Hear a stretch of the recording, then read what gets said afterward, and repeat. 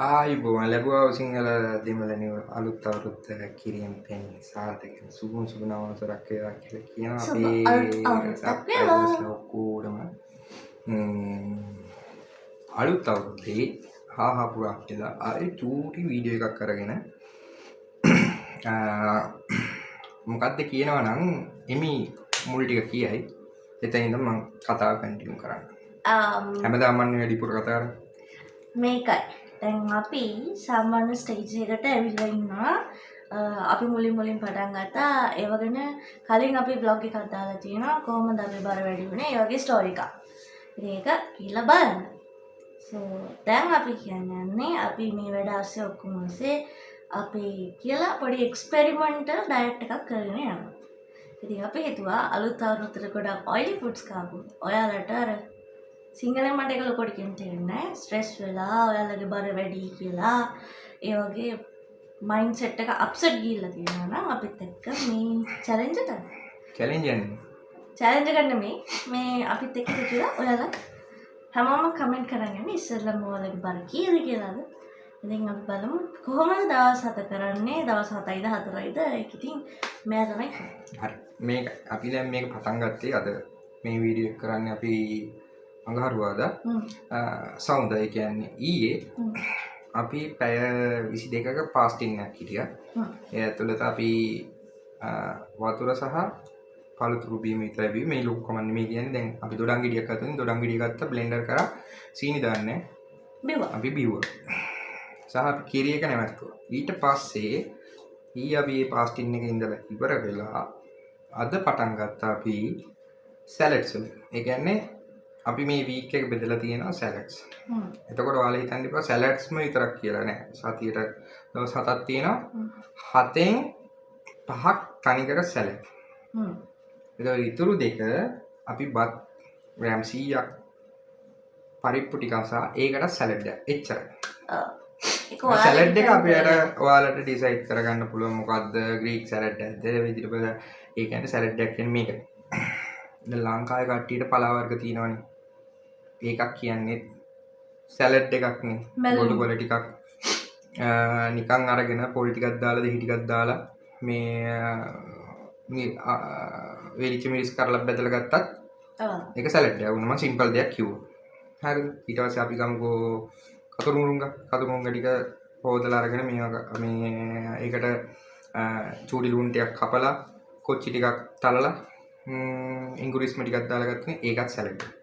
ඒ වගේ එක එක දේවල් තියෙනවා. පැෂන් කොළ ඔය වගේ ගොඩාක් දේවල් තියෙනවා. එතකොට අපි ලංකාවෙන් පිට ඉන්න අපිට අපි අවුරුදු ගාණක් අපි පුරුදු වෙච්ච ඒ කෑම ටික නැති වෙලා අපිට පිට රටකදී මුණ දෙන්න වෙනවා.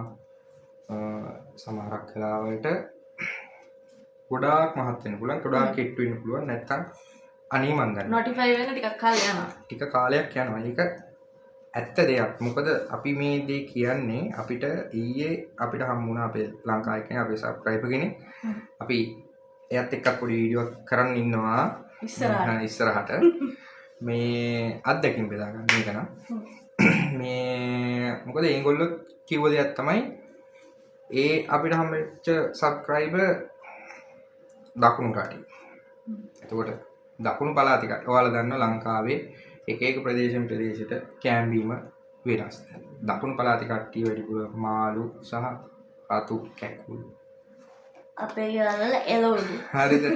ඒක මාළු අනිවාර්යයි. ඒකෙම දෙයක් තියෙනවා රතු කැකුළු කියන දේ තියෙනවාම තමයි. එතකොට රට මැදට එද්දි එළවලු. පළා වර්ග තියෙනවා. දකුණු පළාතේ කට්ටියක් කනවා කැරන් දඬු සම්බෝලි කියලා තියෙන ඒක දේවල් තියෙනවා. ඒ උනාට පර්සන්ටේජ් එක කිසි අපේ එතකොට බාස්නාය ඔහොම තියෙනවානේ.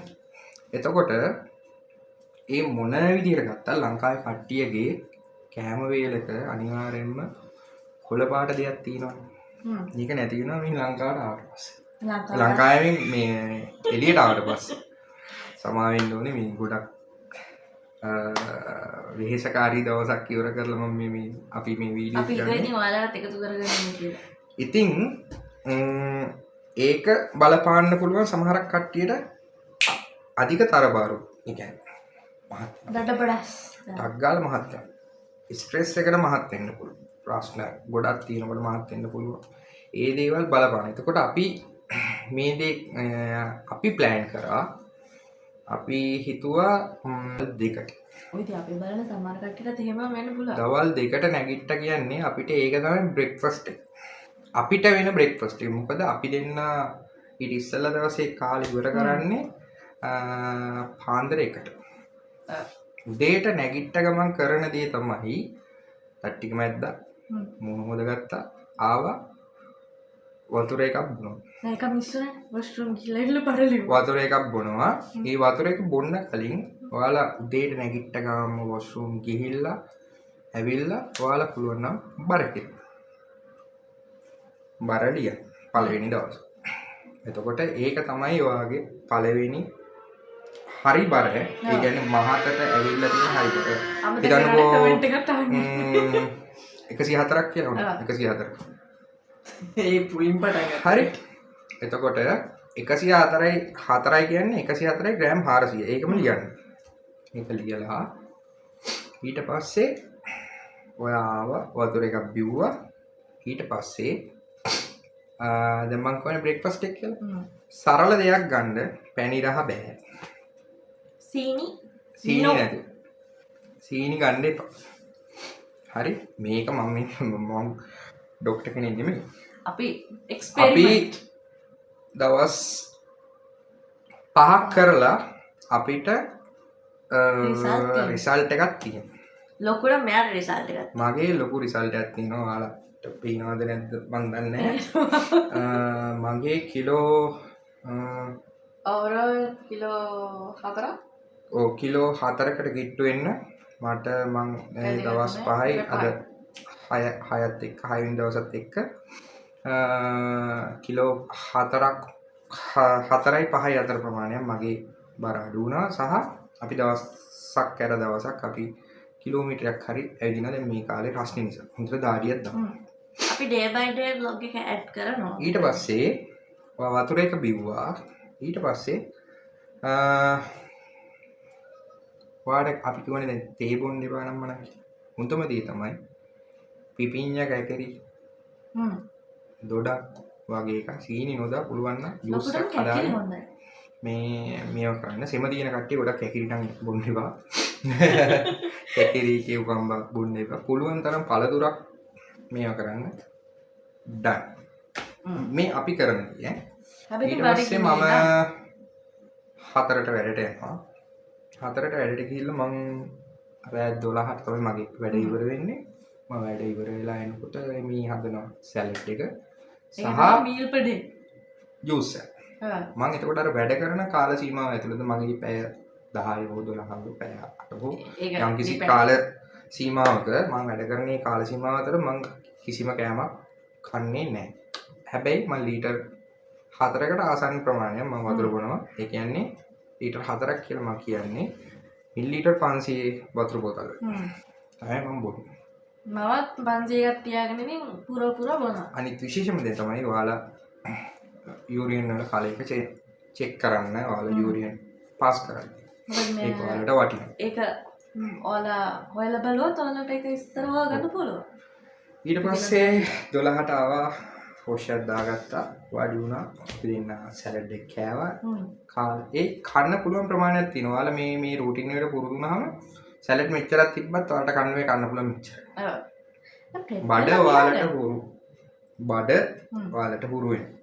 ඒ බඩ ඒකට හුරු වෙනවා. පොඩි කෑම වේලකට. ගෑස්ටික් එන්නේ නැහැ. බය වෙන්න එපා. මේ මගේ යාළුවෝ දන්නවා මට ගෑස්ටික් තිබ්බා කියලා. පාලෙකට ගලින්.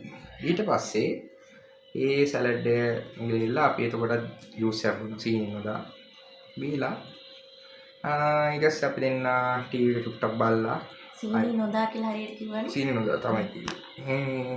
ටිකක් බලලා ජැට් එකක් දාගෙන ඉඳලා ක්ලයිමේට් එක මෙහි මේ දවස්වල වෙනස් වෙන නිසා දූවිලි තියෙනවා. මේ දවස්වල ගොඩක් කට්ටියට අසනීප තියෙනවා. අපි දෙන්නන මාස් දාගෙන යන්නේ.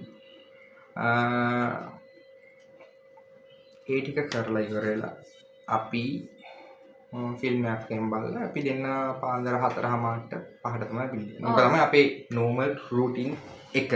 එතකොට ඊළඟ දවසට ඔයා හිතන්නේ දැන් දැන් මේක බලන එක්කෙනෙක් කියයි දැන් ඔයාලා රටේ ඉන්නේ ඔයාලට දැන් ඔයාලා මොකද්ද මේ හදන සැලඩ් එක. අපි අයිස්බර්ග් ගත්තා, කැරට් එකක් ගත්තා, පිවිඤ්ඤා ගෙඩියක් ගත්තා, මුං ඇට ගත්තා, කාපි ගත්තා, තවටක් තැඹුවා, ඒ ටිකත් ඔක්කොම කලවම් කරගත්තා. ඔක තමයි අපේ සැලඩ් එක.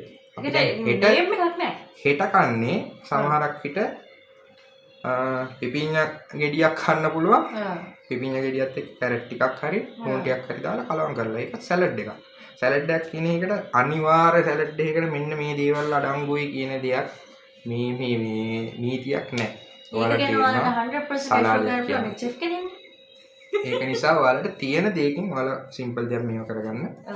එතකොට දවස් 3ක් සැලඩ් කාලා 4 වෙනි දවසේ පුළුවන් නම් ග්‍රෑම් 100ක රයිස් ටීකුයි ඔයාලට තේරෙනවා නම් පෝල් කටු හැඳි 4ක් කට කපු. පෝල් කටු හැඳි 4ක් වැඩිද? කියලා හිතාගන්න. පෝල් කටු හැඳි 2ක් කියලා. දෙකක් අර ඇස්ට්‍රේකි සයිස් එක හරිනේ. නැත්තම් ඔයාලට මම කියන්නම් මාමයිට් කෝප්පේ මෙන්න මේ සයිස්. ලොකු එක නෙමෙයි මීඩියම් එකේ සයිස් එක තමයි ග්‍රෑම් 100. තෙල් කෑම අඩු කරන්න පැණි රස ගන්න එපා. 4 ඒ කියන්නේ දැන් අපි පළවෙනි දවසේ කෑවා සලාඩ් එක ඒ රූටින් එක ගියා, දෙවෙනි දවසෙත් ඒක කරා, තුන්වෙනි දවසෙත් ඒක කරා. 4 වෙනි දවසේ දැන් මොන දවස් 7යි ඈ 4 වෙනි දවසේ අපි බත් චුට්ටක් එක්ක පරිප්පු මම මේක කරේ එකක් වල පුළුවන් විදියට. පුළුවන් කරේ කන්න. මුකුත් නැත්නම් පරිප්පු ටිකක්. සලාදයක් කැරට් ටිකක් ග්‍රේට් කරලාගෙන කැරට් සම්බෝලේ කන්න. හරි. ඊට පස්සේ 4 වෙනි දවසේ එහෙම කරනවා.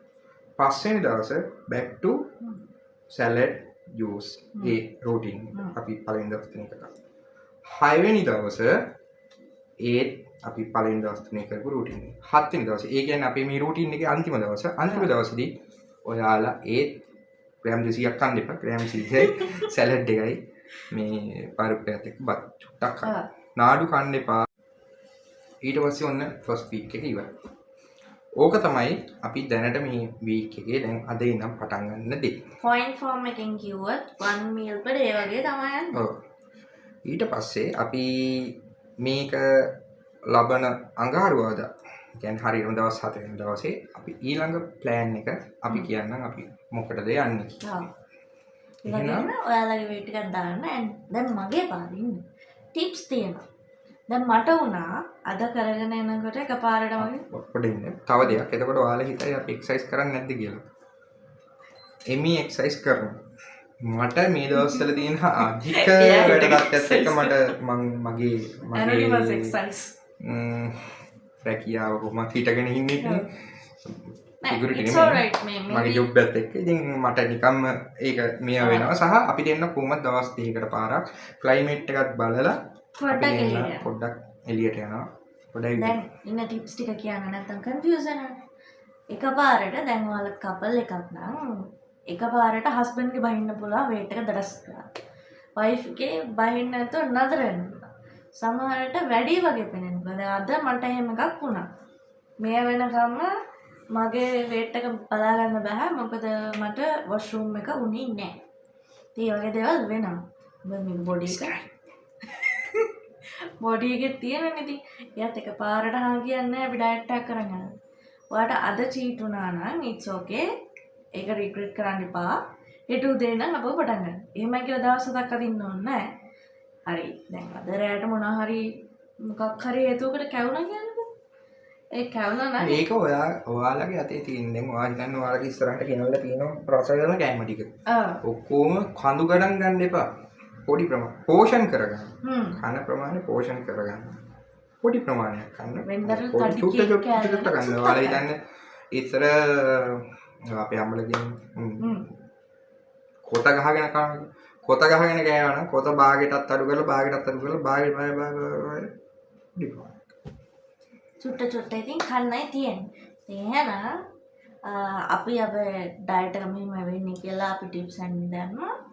ඉතින් දවස් 7කින් ඔයාලා ඉක්මනින් හම්බෙනවා. ඔව් මේකේ දවස් 7 කියන්නේ ලබන අඟහරුවාදා අපි හම්බෙන්නේ අපිට තාත්තා එක ළඟ බත් කන්න නම් එක. ඒක පැහැදිලි කරලා කිව්වනේ. ඔව් ඉතින්.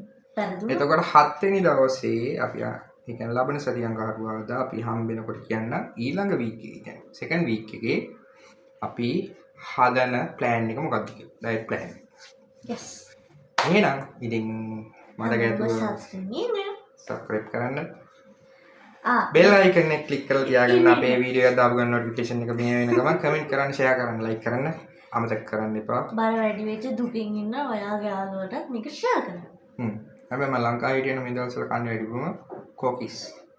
කොකිස් හොඳ නෑ මචං. ඊළඟට මම කන්නේ හොඳ එලාද මෙහි? එන ඔයාලා අපිට එහෙනම් කොකිස් ඉතින් ගන්න. අපි කියනවා ආයෙත් සැරයක් ලැබුවා වූ සිංහල දෙමළ අලුත් අවුරුද්ද කිරීපෙනි සාර්ථක ලෙස හැම සතුරු වී සෞභාග්‍යමත් නව වසරක් කියවත්ත හැමෝටම කියන එක මම සුබාලුතාවිතක් මේ අපි සමුගන්නේ එමි විත්සා